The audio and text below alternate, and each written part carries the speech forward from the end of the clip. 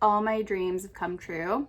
So Adobe released their new Generative Fill for Photoshop, and it is incredible. You can add anything you want in a selection by describing it, so you no longer have to buy images of birds to have birds in your image. You can select a portion of the sky and say you want a flock of birds in it, and it will put a flock of birds in it, and they'll be like in the perfect amount of focus. Like, I am just so happy right now. So I just did my first one. I added a flock of birds to an image, but I thought it would be fun to do some more together. So I'm just gonna start adding photos I've already edited in here and let my imagination run wild with, I don't know, what I would prefer to have in it, or, if it was easier to do or something. Like, let's see what we can make.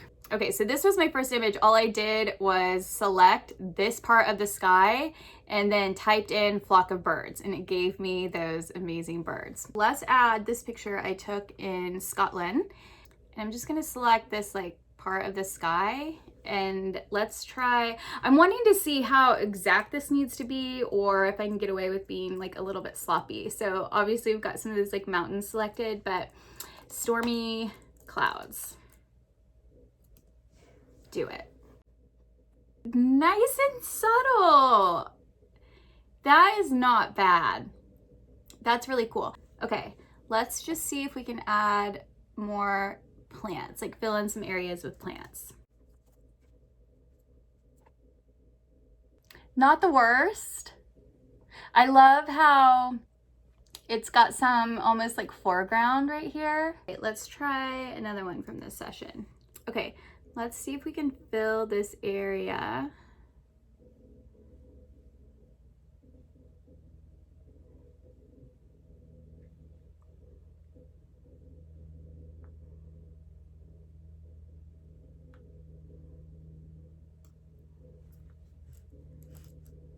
With elephant ear plants.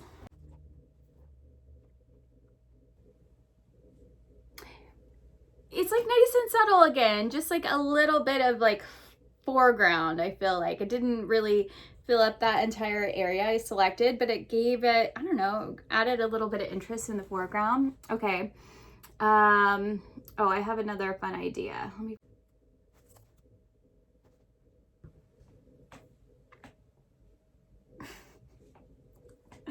Okay, what if I added a tornado?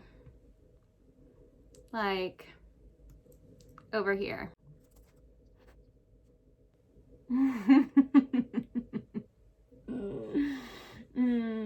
Let's bring the opacity down.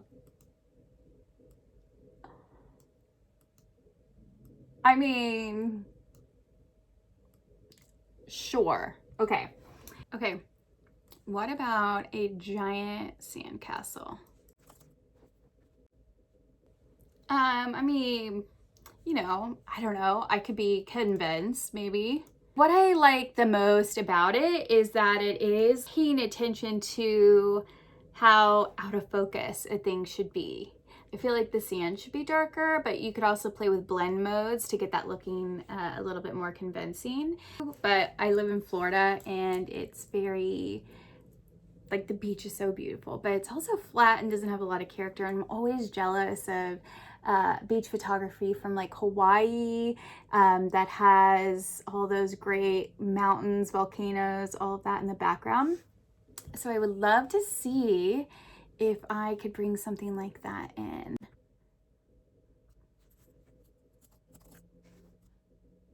Oh my God. Okay, I'm afraid I will never post this video because I'm going to do this all day.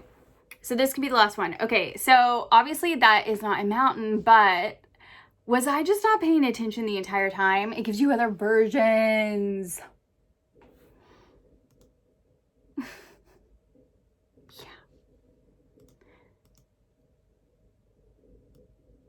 I mean, we'll work on it. We'll work on it. But this is getting me somewhere. Nothing will ever be real again.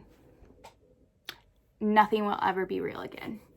I'm fine with that. You know, I like creating these surreal kind of places to pretend that we exist in. So I'm okay with this. Great. Okay, well, I would love to see what you are doing with this, what great ideas you have, and I will certainly be getting absolutely nothing done probably forever, just adding fake things to photos I've already taken for the rest of my life. This is so much fun. Thank you, Adobe. I mean, you just kind of made me happier. Thank you for making all of my dreams come true.